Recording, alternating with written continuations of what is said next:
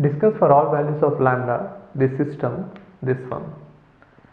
So lambda is given here. Now we are supposed to say what happens for this system for some particular values of lambda.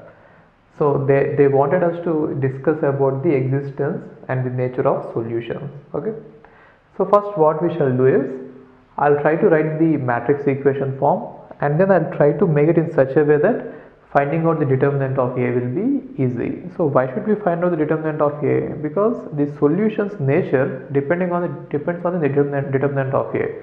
For that reason, I'm writing in first the equation, the matrix equation, in which this is A and this is X and this is B.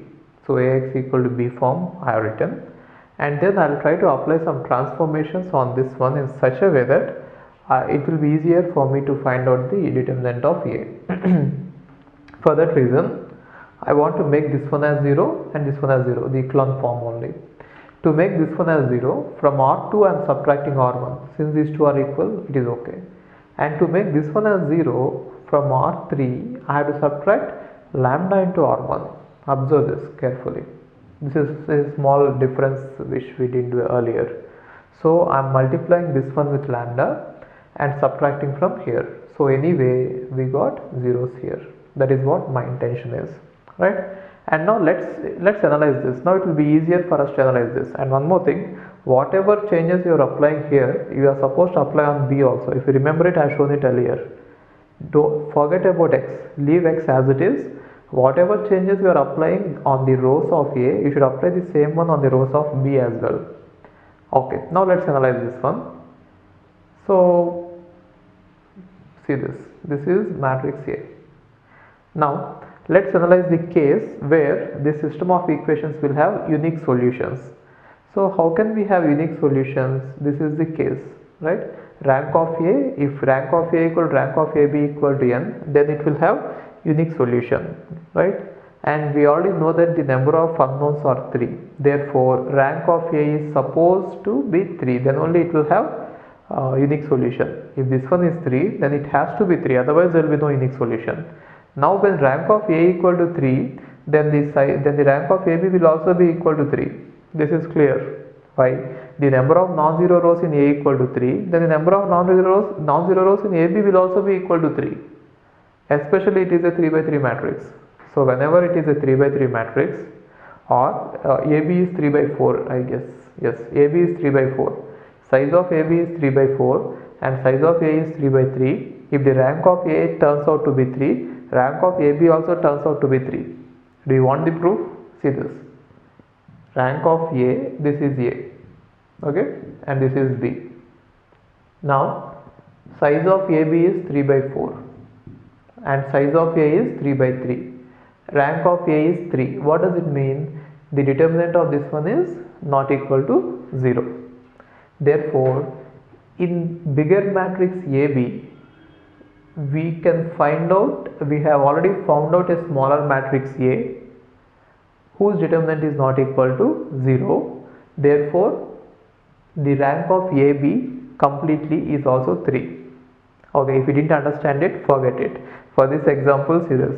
If the number of variables is 3 here, then rank of A should be 3. If rank of A is 3, rank of AB also has to be 3. If you didn't understand it, forget it. Just remember this condition. If this one is 3, then this one has to be 3. For that, then only we can have unique solution, right? Number of variables and rank of A both have to be equal at least. So for that reason, if rank of A has to be 3, then determinant of A should not be 0. So I'm just finding out determinant of A and it should not be equal to 0. This is the condition for unique solution. The condition for unique solution in this case, in this particular case, is determinant is not equal to 0. Why? Because number of unknowns turned out to be 3. See, in case if number of unknowns turned out to be 2, then rank of A has to be 2. Only in this case this particular explanation is valid. Okay, and now so if the rank of this matrix has to be 3, determinant should not be 0, and I found out the determinant. How did I find out the determinant? Just see this one. Determinant of this matrix is nothing but determinant of this 2 by 2 matrix. That is what.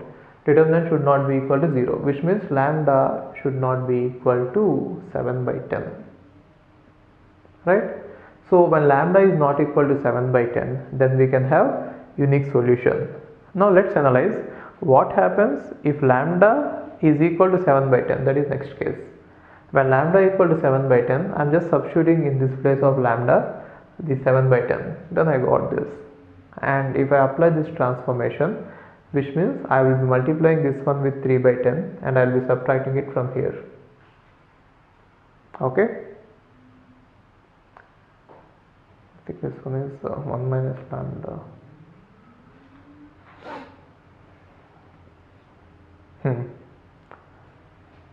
1 minus 4 lambda. Okay, now check this, then we got it. So what does it mean?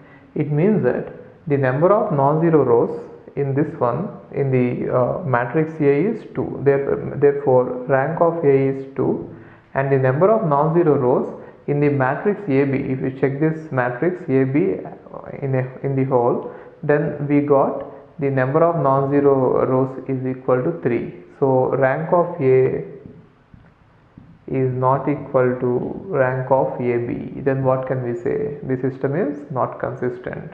Okay, which means no solution. So that is how we can analyze it. Fine. Hi, if you are planning to do masters, then doing masters abroad is better than doing masters in India. I'll give you all the reasons.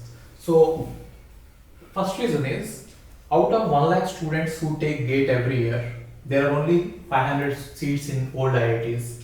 So all the IITs put together have an acceptance rate of 0.5%, and IITs, universities better than IITs, they have very good acceptance rate like 30%, 40%, but all the IITs put together have an acceptance rate of 0.5%.